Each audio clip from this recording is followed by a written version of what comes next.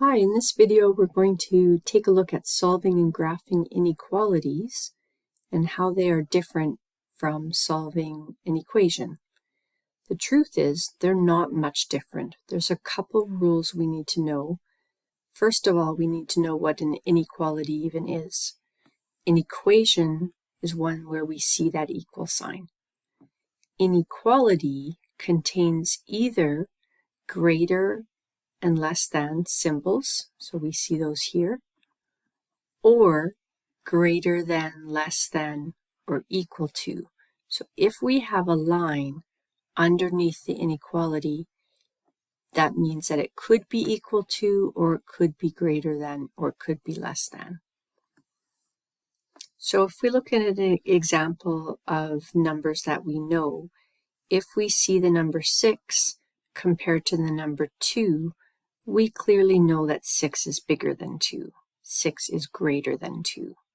So the inequality is going to face open towards the greater number. 6 is greater than 2. When we do equations, sometimes we're not actually going to be sure if a number will be greater or if it might be equal to. And that's where we would use the inequality with that line underneath. And this is the thing about inequalities. We solve them the same way that we solve equations. So we're building on our knowledge. There's nothing really new in terms of solving. But the thing we need to know is that an inequality has more than one possible solution compared to an equation where if you get an answer for x, that is the answer and only that. Inequality has more than one possibility, and so we can show this on a number line. We can graph some possible solutions. And that's what we're going to do today. There's a lot of really good tips on page 244 and the top of page 245. So I'm going to go through them, and then I have them in short form as we solve.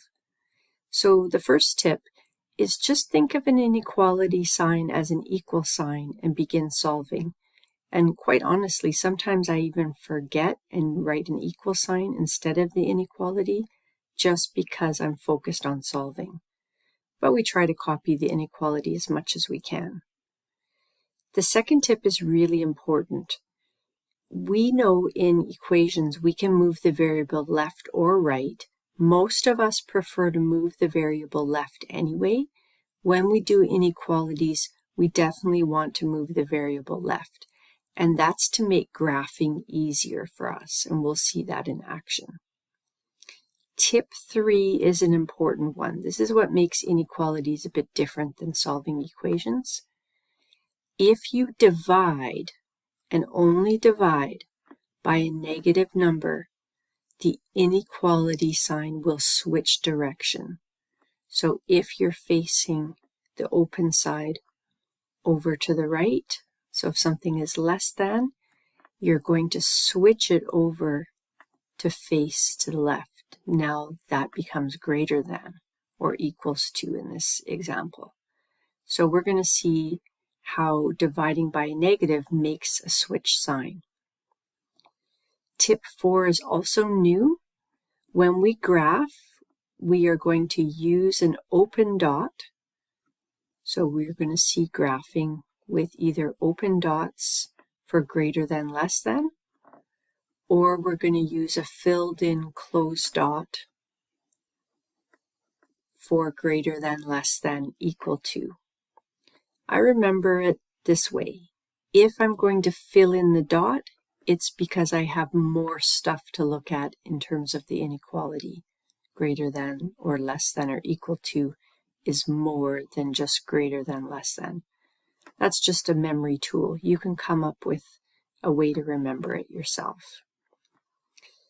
And then tip 5, when we graph, we're going to draw the arrow in the direction of the inequality sign.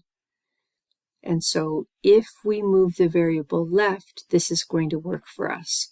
So for example, if our symbol looks like this, the pointy end is facing to the right, so we're actually going to draw an arrow to the right. And we'll do all of this in the questions so that we get comfortable. All right, we're going to redo the example on page 244, going step by step through this inequality. So we're going to solve for x and graph the solution. So first step, we think of the inequality as an equal sign, so we basically just copy it out, doing our thing that we've always done with our equations. So we have 2x minus 2 is less than or equal to 3x plus 1. So we're going to move the variable to the left. So we're going to take this 3x, we're going to subtract it away, because our goal is always to move the variable to the left, even if that results in a negative. That's okay. So we're going to do that. 2x minus 3x is a negative x, minus 2 is less than or equal to 1. And it might be handy to use that language when you write it out so that you get good at reading the inequality. Now we're ready to isolate x. We're subtracting 2, so we're going to add 2 to both sides, canceling, and that gives us a negative x is less than or equal to 1 plus 2 is 3. Okay, at this point, we can't have that negative variable, so we have to divide by negative 1. And we're going to divide by negative 1. And the rule is, if we divide by a negative number, any negative number, we are going to switch the sign direction. So x is now going to become greater or equal to 3 over negative 1, which is negative 3. So there we have our answer. Now we need to graph this. Because we have greater than or equal to symbol, we're going to use a closed dot. And on our number line, if we have one provided or we create one, we're going to put the answer right in the middle and go left and right from there. So we have negative 3 right in the middle. X is greater than or equal to negative 3. So because it could be equal, we're going to use that closed dot for that inequality. And you see how the pointy end is facing to the right? That means that our arrow is going to also go in that direction. It's going to go in the same direction that the inequality is pointing to. And that makes sense because x is either equal to negative 3 or greater than. And we know that negative 2, negative 1, 0, positive 1, and so on forever is a possible or potential solution for x. Remember, inequalities mean that it could be negative 3 or it could be something else. And that's what the graph and the inequality symbol shows to us. All right, let's try a student example. You can pause the video and try on your own. I'm going to offer the solution now. We have negative 16x minus 6 is greater than or equal to 15 minus 2x. We're going to isolate x. So first up, I'm going to move the 2x over to the left-hand side to collect my like terms. So I'm going to do that through adding it. Negative 2x plus 2x cancels, and I'm going to plus 2x over on the left-hand side. Negative 16x plus 2x is negative 14x. Minus 6 is greater than or equal to 15. Now it's time for me to move that negative 6 over. I'm going to get rid of that through addition.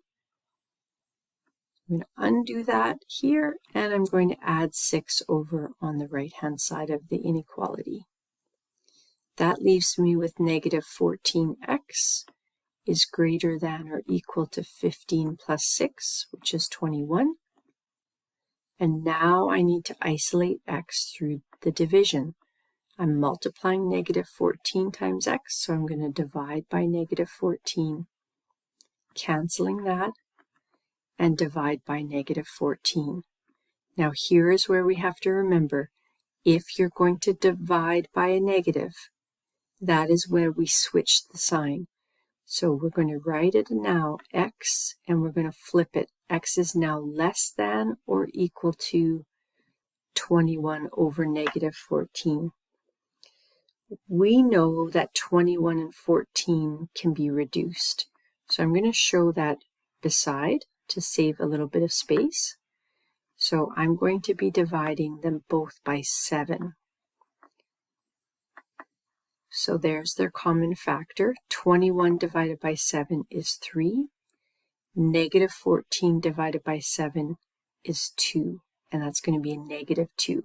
So I'm going to pop the sign up right up here instead of putting it down in the denominator. So x is less than or equal to negative 3 halves. Now, we need to graph this. The book doesn't show, but we're going to make the graph. You may think, oh no, I don't want to graph a fraction, and I get that. But actually, it's not bad at all. What we're going to do is we're going to pop right in the middle the negative 3 over 2. And we don't need to do anything fancy. On the left is going to be more negative. On the right is going to be less negative. If we check out our numerator, negative 3, if we were going this way, we'd go to negative 4 over 2. So that's more negative left. And on the right-hand side, we just go down. It's going to be negative 2 over 2. Oops, over 2. And maybe if we wanted to add one more, we could. That would be negative 1 over 2. So the fractions aren't bad. So now we have to determine which dot to use. Because we have less than or equal to symbol, we're going to put it here and fill it in. So close dot. And because we moved the variable left, we are going to check out the placement of the arrow. The little end is pointing to the left. That means that we are going to draw our graph to the left. And that makes sense. We should always check it. X is less than or equal to 3 halves. It could be negative 3 halves. It could be less than that. Negative 4 halves, negative 5 halves, negative 6 halves, and so on. For this last one, we're going to clear out those fractions. You can do this by multiplying everything by the LCD of 12, or you can cross multiply, which is a little bit faster, I think. 3 times 3x plus 20.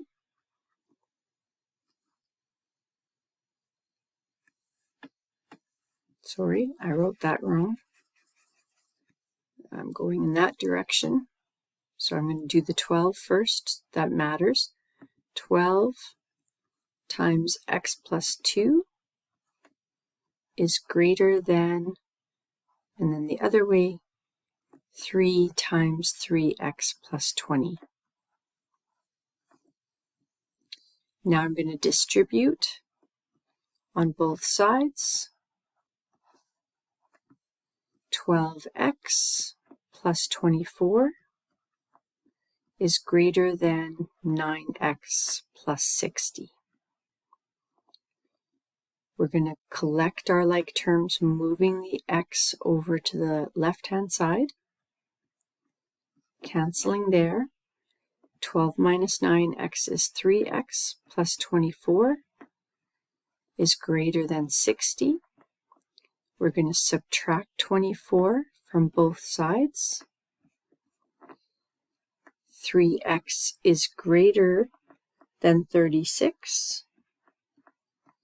And we're going to divide by 3. No sign switching because we're dividing by a positive. X is greater than 36 divided by 3, which is 12. I make a number line with 12 in the center.